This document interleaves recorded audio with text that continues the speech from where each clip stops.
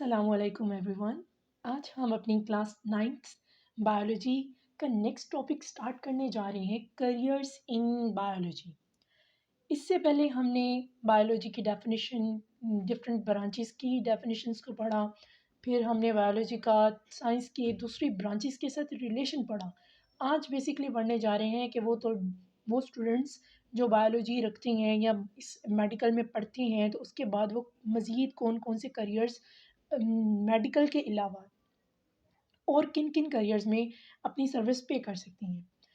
आज के जो स्टूडेंट्स हैं वो कल के लीडर्स होती हैं, उनके लिए साइंस पढ़ना बहुत ज़रूरी है। और अगर बायोलॉजी की ये ब्रांच में काम करते हुए या बायोलॉजी को पढ़ते हुए, मॉडर्न नॉलेज ऑफ बायोलॉजी को लेते हुए वो अपनी मज़ीद सर्विसेज पे करना चाहती हैं, तो ये बहुत ज़रूरी है कि उन्हें अभी से मालूम हो जाए कि कौन कौन से करियर्स हैं बायोलॉजी में जिनको आगे मज़ीद वो जिन पर जाकर काम कर सकती हैं। जैसे कि यहाँ पर लिखा है कि it is essential that students of today who will occupy positions of leadership tomorrow have the background of the modern and forward looking branches of science।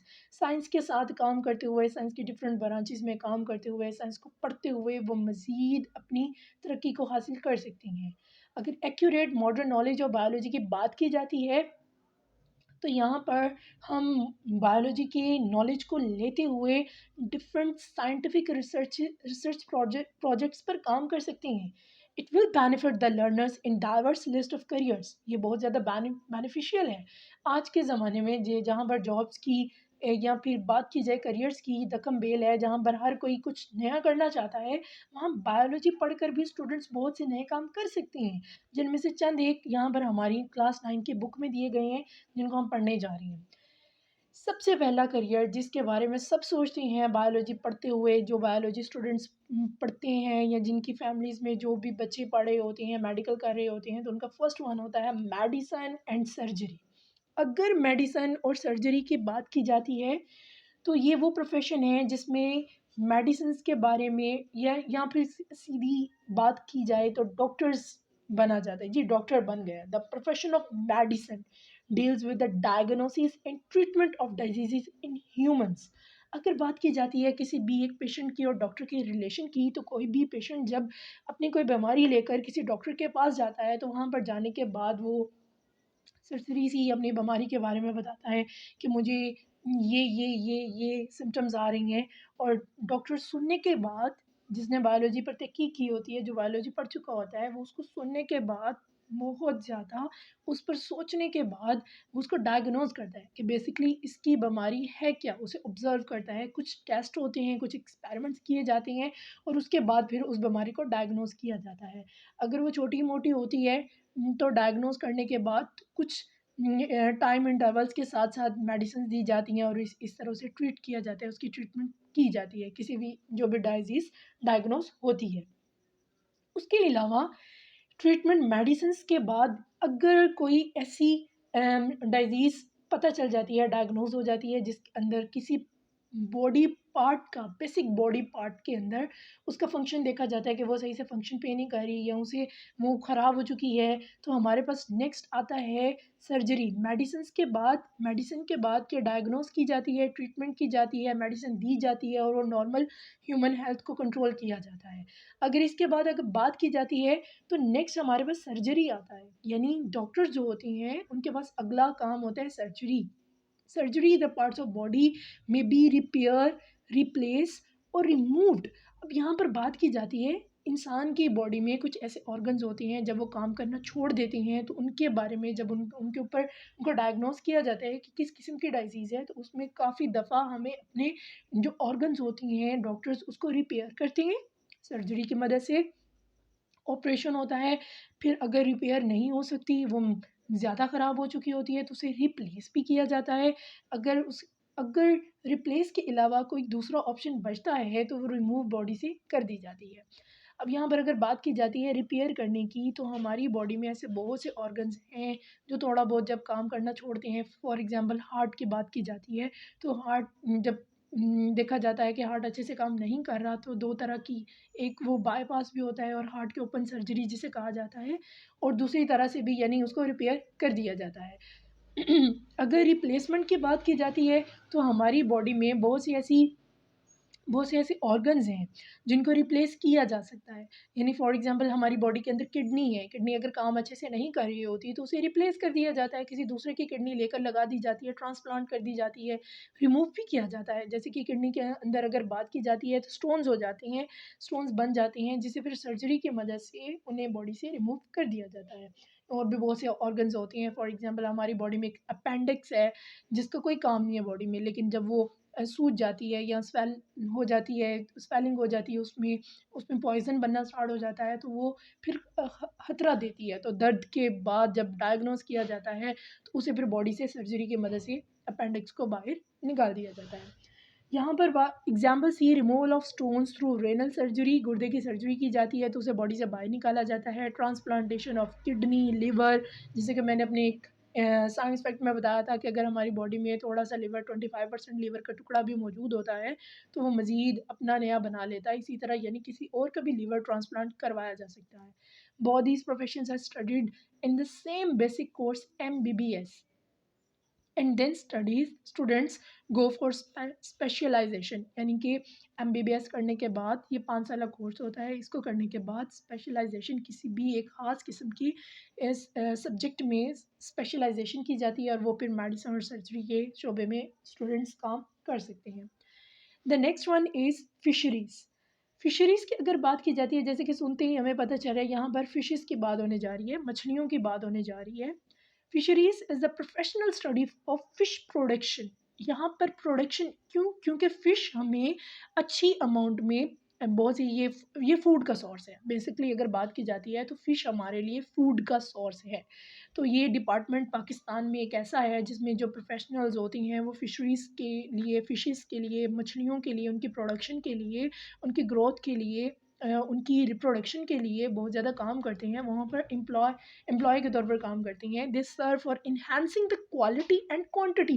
Now the people are using two words, quality and quantity.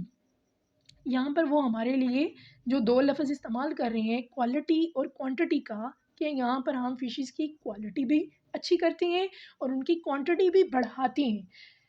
In Pakistan, this profession can be adopted after the bachelor और master level study of zoology and fisheries। अगर यहाँ बात की जाती है तो bachelor और master की स्टडीज़ के बाद, यानी जब जोलॉजी में या फिशरीज़ में ये स्टडीज़ कंप्लीट की जाती हैं तो यहाँ पर हम फिशरीज़ के प्रोफेशन में काम कर सकते हैं। Next agriculture. एग्रीकल्चर का लफ्ज़ जहाँ पर भी सुन लिया जाता है तो खेती बाड़ी दिमाग में आता है, जी खेती बाड़ी होने वाली है, या गांव में किसी ऐसी जगह पर काम होने वाला है जहाँ पर हम देखते हैं फूड क्रॉप्स होती हैं, एनिमल्स होते हैं, डोमेस्टिक एनिमल्स होती हैं। बिल्कुल इसी तरह एग्रीकल्चर एक ऐसी ब्रांच है बायोलॉजी की जिसके अंदर क्या देखा जाएगा कि ये प्रोफेशन ऐसा है जिसमें डील किया जाता है फूड क्रॉप्स को और उन एनिमल्स को जो हमारे लिए सोर्स ऑफ फूड है, यानी जिनसे हम फूड हासिल करते हैं। एग्रीकल्चरिस्ट जो होते हैं वो क्रॉप्स की such as like wheat, rice, corn, इनके बैटरमेंट के लिए काम, इनकी ग्रोथ के लिए, इनके नंबर क्वांटिटी के लिए काम करती हैं, क्वालिटी के लिए काम करती हैं। एनिमल्स लाइक बफलो, काओ एटसेट्रा, यानी कि जो डोमेस्टिक एनिमल्स होती हैं उनके लिए काम किया जाता है ताकि हम उनसे ज़्यादा से ज़्यादा फूड हासिल कर सकें। पाकिस्तान में ये बहुत सी यूनिवर्सिटीज़ हैं जिनमें एग्रीकल्चर के बारे में पढ़ाया जाता है, इनके कोर्सेज होते हैं और उसके बाद हायर सेकेंडरी एजुकेशन बायोलॉजी के अंदर भी इसको करवाने के बाद जो स्टूडेंट्स होती हैं वो एग्रीकल्चर के शोबे में काम करती हैं। Next is animal husbandry. ये सेम एग्रीकल्चर जैसी है लेकिन इसमें क्या डिफरेंस आ जाता है, क्रॉप्स की बात नहीं की जाती। एनिमल हस्बेंड्री एक वो ब्रांच एग्रीकल्चर की जिसमें टोटली कंसर्न होता है care and breeding of domestic animals. यहाँ पर डोमेस्टिक एनिमल्स, कैटल, शीप, इनकी केयर की जाती है, इनकी ब्रीडिंग करवाई जाती है, इनकी तादाद को बढ़ाया जाता है, इनकी रिप्रोडक्शन पर गौर किया जाता है। और ये प्रोफेशनल्स जो होते हैं डिफरेंट कोर्सेज करती हैं एनिमल हस्बेंड्री के, और फिर उसके बाद ये पाकिस्तान में मुख्तलिफ़ किस्म की इलाके हैं जहाँ पर एनिमल हस्बेंड्री के लिए काम हो रहा है।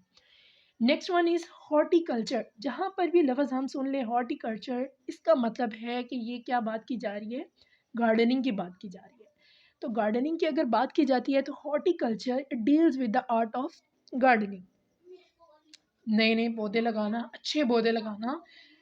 A horticulturist works for the betterment of existing varieties, जो पहले से हमारे पास वैरायटीज़ ऑफ डिफरेंट प्लांट्स मौजूद हैं उनके बेटरमेंट के लिए काम करना।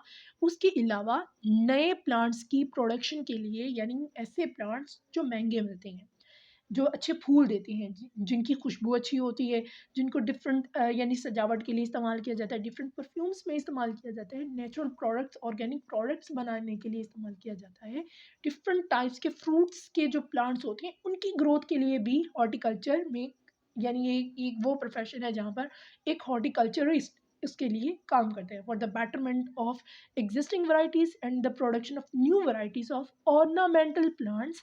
ऐसे पौधे होते हैं जिनको सजावट के लिए इस्तेमाल किया जाता है और जो बहुत महंगे मिलते हैं। तो biology students can adopt this profession after their higher secondary education. The next one is forming. Forming, the word forming हम यहाँ पर लफ्ज़ इस्तेमाल कर रहे हैं, फॉर्मिंग फॉर्म से निकला है जी, यहाँ पर फॉर्म बनाए जाते हैं। Deals with the development and maintenance of different types of form. यहाँ पर डिफरेंट टाइप्स के फॉर्म बनाए जाएंगे, डिफरेंट टाइप्स के एनिमल्स के लिए, उनकी ब्रीडिंग के लिए डिफरेंट टेक्नोलॉजीज़ यूज़ की जाती हैं ताकि अच्छी प्रोडक्शन, अच्छी एनिमल्स की प्रोडक्शन बढ़ाई जाए। क्यों?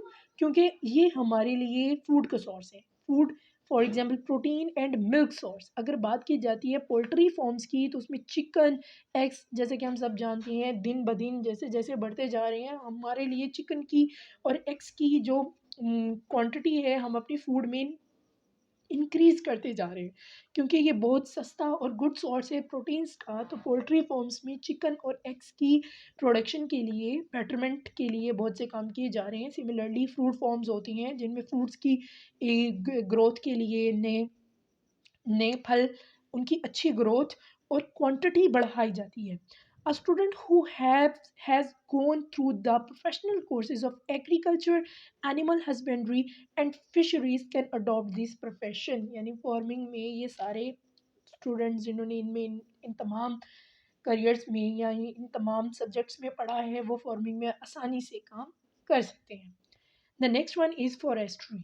फॉरेस्ट्री बेसिकली अगर बात की जाती है तो आजकल जैसे कि ग्लोबल वार्मिंग एक बहुत बड़ा इफ़ेक्ट है हमारी अर्थ के लिए। दिन ब दिन ग्लोबल वार्मिंग बढ़ती जा रही है। इसका सबसे आसान तरीका इसको कंट्रोल करने का है कि हम एक तो अपने फॉसिल फ्यूल्स को यूज़ करना कम कर दें। फॉसिल फ्यूल्स को जितना यूज़ कम किया जाएगा उतना ही हम कार्बन डाइऑक्साइड के इन लेवल को कंट्रोल कर सकती हैं अपनी एयर में। और फॉसिल फ्यूल्स के अलावा अगर हम एक और सोर्स देखें तो इसमें हमारे पास अगर हम अपने प्लांट्स यानी फॉरेस्ट्स जंगलात बढ़ा देते हैं तो ये एयर को क्लीन करती हैं, क्योंकि फोटोसिंथेसिस एक ऐसा प्रोसेस है जिसमें एयर से कार्बन डाइऑक्साइड को यूज़ कर लिया जाता है। तो फॉरेस्ट्रीज पौधे प्लांट्स जो होते हैं, दरख्त होते हैं, वो कार्बन डाइऑक्साइड को इस्तेमाल कर लेती हैं और उसके बदले में हमारी हवा साफ़ हो जाती है। तो फॉरेस्ट्री प्रोफेशनल्स क्या करती हैं, ये किसी भी इलाके में मौजूद, जैसे कि अगर पाकिस्तान की बात की जाती है तो इसमें नेचुरल जो फॉरेस्ट्रीज पहले से मौजूद हैं उनकी देखभाल की जाती है। और उसके अलावा ये गवर्नमेंट को एडवाइसेस यानी उनको ये दे नसीहत करती हैं कि वो मज़ीद आर्टिफिशियल फॉरेस्ट्रीज या प्लांटेशन की तरफ जाएं, क्योंकि बहुत ज़रूरी है। अगर हमने ग्लोबल वार्मिंग जैसे एक बेसिक मसले को सॉल्व करना है तो इसके लिए हमारे पास जंगलात का होना बहुत ज़रूरी है। तो many universities offer professional courses in forestry after the higher secondary education in biology. तो बायोलॉजी में बहुत सी यूनिवर्सिटीज़ ये फॉरेस्ट्री के लिए कोर्सेज करवा रही हैं। बैचलर लेवल पर भी स्टडी हो रही है जोलॉजी और बॉटनी में, और उसके बाद भी बहुत से स्टूडेंट्स फॉरेस्ट्री में जा रहे हैं। वेरी इंपॉर्टेंट, माई फेवरेट, मेरा बहुत खुसूसी और मेरा फेवरेट वन अगर करियर बात की जाती है तो दिस इज़ द बायोटेक्नोलॉजी। अगर बायोटेक्नोलॉजी की बात की जाती है तो हमने इसके पीछे भी डेफिनेशन पढ़ी है कि बायोलॉजी बेसिकली ये वो करियर या ये वो प्रोफेशन है जिसके अंदर जो साइंटिस्ट होते हैं, जो बायोलॉजिस्ट होता है, वो माइक्रो ऑर्गेनिजम्स को यूज़ करता है टेक्नोलॉजीज़ के साथ। डिफरेंट टाइप्स के टेक्नोलॉजीज़ में माइक्रो ऑर्गेनिजम्स की मदद से बहुत से ऐसे प्रोडक्ट्स बनाता है जो इंसानों के लिए, जो वेलफेयर ऑफ ह्यूमन काइंड्स के लिए बहुत ज़रूरी है। फॉर एग्जाम्पल सब मेडिसिन के अलावा बायोटेक्नोलॉजीज जो होती हैं बहुत से फूड प्रोडक्ट्स भी बना रहे हैं। तो it is the latest profession in the field of biology and biotechnology study and work for the production of useful products through microorganisms micro organisms की मदद से बहुत से यूजफुल प्रोडक्ट्स को बनाया जाता है। Universities offer courses in biotechnology after the higher secondary education in biology and after the bachelor level studies of botany and zoology। हमारा आज का जो टॉपिक था करियर्स इन बायोलॉजी, ये ख़त्म हुआ, मुकम्मल हुआ। इसके बाद नेक्स्ट मेरा अगला जो टॉपिक होगा वो कुरान एंड बायोलॉजी होगा। करियर्स इन बायोलॉजी पढ़ना बहुत ज़रूरी है ताकि हमारे स्टूडेंट्स को पता चल जाए कि जो वो बायोलॉजी पढ़ रही हैं नेक्स्ट अगर वो अपनी हायर स्टडीज़ में इसको कंटिन्यू करती हैं तो किस तरह उनके लिए ये बेनिफिशियल हो सकता है। Thank you so much.